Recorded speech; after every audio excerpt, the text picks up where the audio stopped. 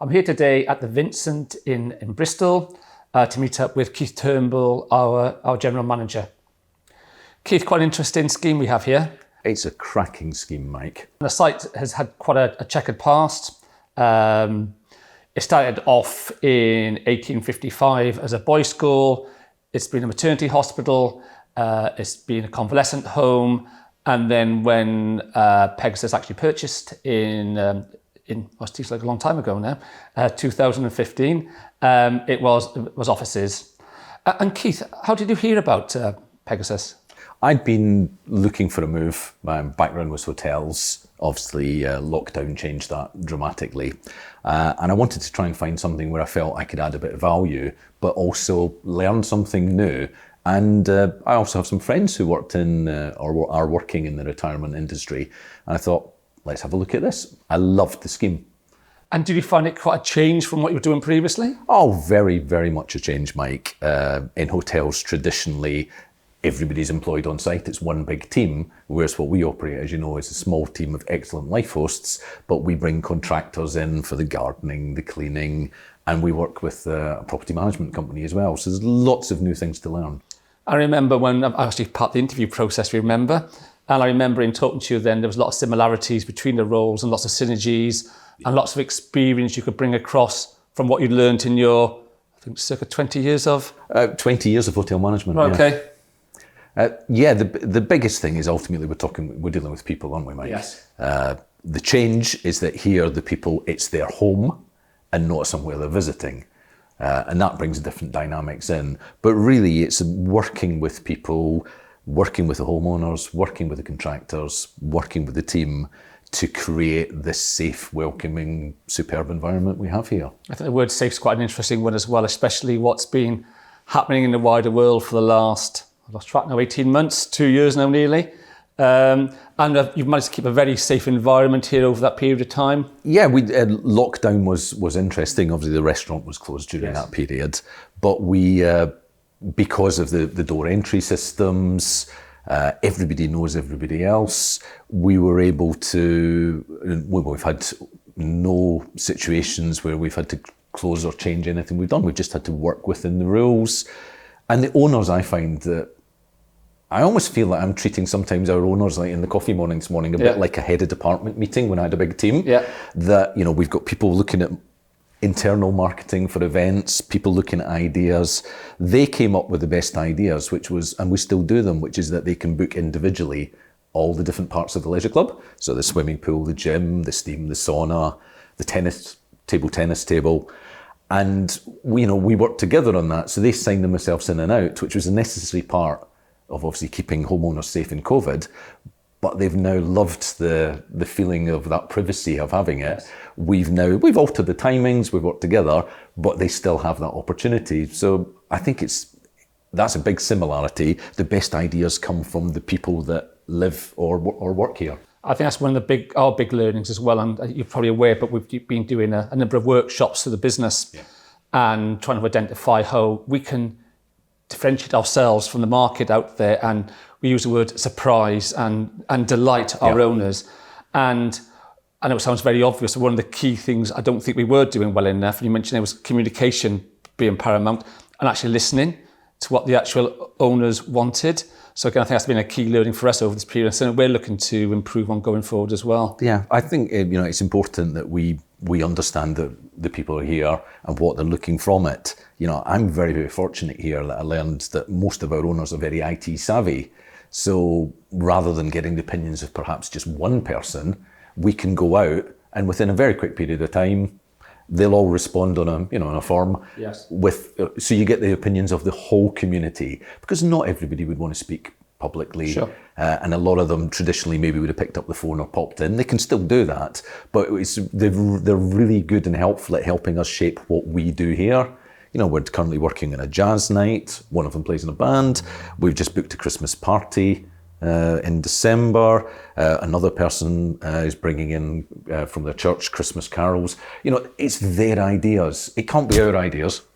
It has to be theirs. You've managed to build a great community here, actually, and I think that's what we aim to set up when we start doing a new development. It tends to be about creating a community, and I think it's only, and we always say that the pinnacle people involved with that are the on-site operational team, which you seem to manage to put in place very well here. Have you had any sort of major hurdles here, major obstacles you've had to think of when you joined the business first off and for the period? Every new, it's a new job. Yes. So it's learning where, how the company works, how, working with a property management company, for example. Yes. Not something I've done before. So, you run the risk of trying to do everything yourself. So you have to, take the time to learn what you're involved in, and also to take the time to listen to the team and the owners. So I wouldn't say there's been anything major. There's little hiccups, there always is. Sure. We all make mistakes. But the homeowners, I think because we take the time to explain why we do things. Sure. And that, they write the newsletter.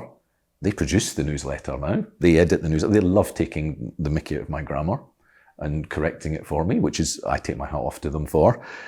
Therefore, it's very much, as you say, it's their community. We're just helping them administer it, market it, work together, and ensure that everybody's got a voice. I think this is what differentiates the Lifestory Pegasus product from the wider market out there, is actually the community feeling that you can help create and generate and nurture, if you feel like through the times, especially through the hard times, I think. Yeah, right. I think, our Life Host role, it's a busy role, but it's an interesting role.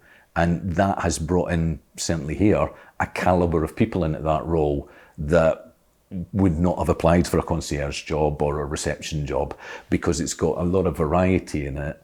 And, I'm blessed to have a team with a really extensive business background who are at a stage in their life where they genuinely enjoy coming in here and helping our homeowners build their community.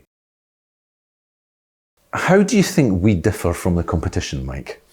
I think in a number of areas. I think certainly on design, and a recent example, for example, we just happened to win a Housing Design Award, a Happy Award. The actual business won two. So certainly in the design, we think very carefully of our audience. We know it's age exclusive, it's independent living. So we want to offer certain levels of specification without it being very, very obvious. I think certainly a key thing is our level of service. Service is absolute paramount, and it's embedded in the culture of the actual business. It's not just regards our owners and how we work, it's how the whole business operates. So again, service levels, we always pride ourselves and we target ourselves as being far higher than any of our peers out there. That's great. Now, you mentioned our Happy Awards, which Yes. we got just 3 weeks ago. Yes. Is there any other awards as a company we've won? Yes, so we've also just won a local civic award here. And we're also in for a number of an actual Watt House award as well for, I think, the best retirement development in the country. So again, it's certainly, and that's not just sort of purely for the Bristol development, but Bristol, I'll be honest, seems to be leading the charge on awards generally, but throughout the business, again, it's something which we pride ourselves in the past, and certainly on the design awards that we've always done very well as a business. So we both know through experience that customer expectations will always get higher year on year. What's the next step in customer operations? We're looking now, and we're looking to always improve our systems and our reporting systems. So we've actually brought in a new system for reporting defects, snags. For example, it's called Click-to-Fix. So now, literally, a touch of a button, I can always see at any time what work's outstanding, how long it's been taken to done. And this is to monitor how quickly we're getting things resolved and make sure there's nothing outstanding for a long time, but also trends and patterns as well to see how we can learn from going forward. So that's one of the key things. And I think I mentioned earlier on, regards the completions manager coming on board, regards the communications, regards the constant surveys. And again, I think a team of our people were down here last week, for example, meeting up with the owners, and again, getting some quite informal feedback. So talking and talking to our owners. I know one thing that I liked was that when you were looking at, or we're looking at the future of, I think it was bathroom design, we were asked for a couple of our homeowners here to be involved, which I think they actually designed their own bathrooms as well, which was superb. But actually the positivity that created was that Mike or Lifestory actually values their opinion, and they are quite forthright. They live here, they know what works and doesn't. Has there been other examples like that? Totally, and across the board. Again, we've had the workshops.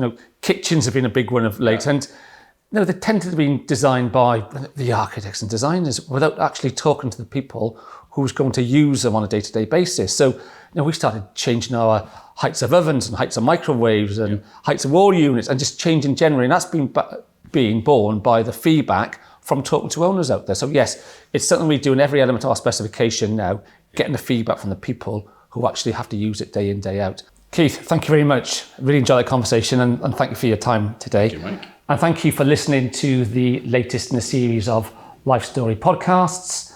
And hopefully you look forward to hearing my colleagues speaking again on future podcasts. And please like and subscribe on YouTube and other platforms. Thank you very much.